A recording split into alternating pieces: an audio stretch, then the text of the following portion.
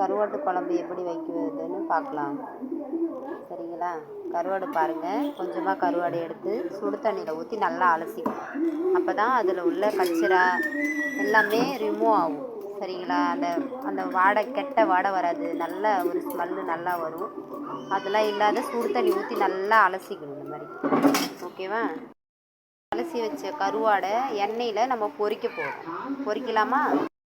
எண்ணெய் நல்லா காஞ்சிருச்சு.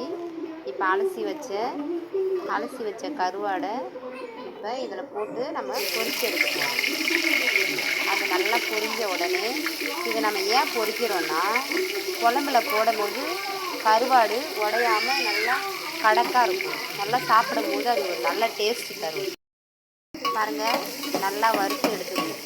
அது செந்நிறமாக நல்லா சிகப்பாக ஆனிச்சுனாவே அது நல்லா மொறுப்பாகிடும். நம்ம குழம்புல போடும்போது அது ஒரு தனியாக நல்லா கடக்காக இருக்கும், உடஞ்சி போகாது. குழம்புல போடும்போது நல்லாயிருக்கும். வறுக்கிறதே அது ஒரு வாசனையாக இருக்கும். நல்லா குழம்பு இன்னும் நல்லாயிருக்கும். பாருங்க, நல்லா வறுத்துருச்சு. இப்போ வறுத்ததை எடுத்து நம்ம தனியாக ஒரு தட்டில் எடுத்து வச்சுக்கணும். நல்லா எடுத்து வச்சுக்கிட்டு பாருங்கள், சுத்தமாக ஒரு கருவாடு கூட இல்லாமல் எடுத்து வச்சுட்டு அதே கருவாடுலே அந்த எண்ணெயிலேயே, கருவாடு வறுத்த எண்ணெயிலேயே ஸ்பூன் வெந்தயம் லைட்டாக போட்டால் போதும் வாசனைக்கு. ஏன்னா அது அதிகமாக போட்டால் கசப்பு தன்மை ஆகிடும். வெந்தயம் பொரியுது பாருங்கள். 1 டீஸ்பூன் கடுகு, தேவையான அளவுக்கு நல்லா 3 வெங்காயம், சின்ன வெங்காயமாக நல்லா 3 வெங்காயம் எடுத்து வச்சுருக்கேன். பூண்டு பாருங்கள், புளித்தண்ணி ஊற்றுறேன் பாருங்கள்.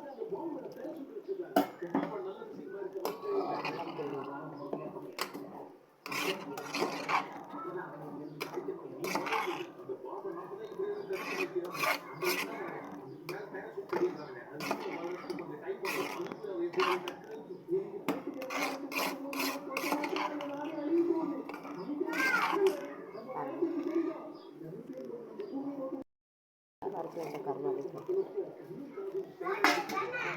நல்லா கிண்டி மூடி போட்டு வறுத்து வச்சா நல்லா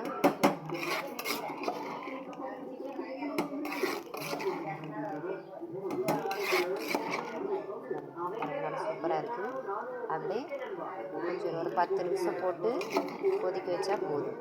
அப்படியே சேவ் பண்ண வேண்டியதான். இறக்கி சூப்பரான கருவாட்டு குழம்பு ரெடி ஆகிடுச்சு.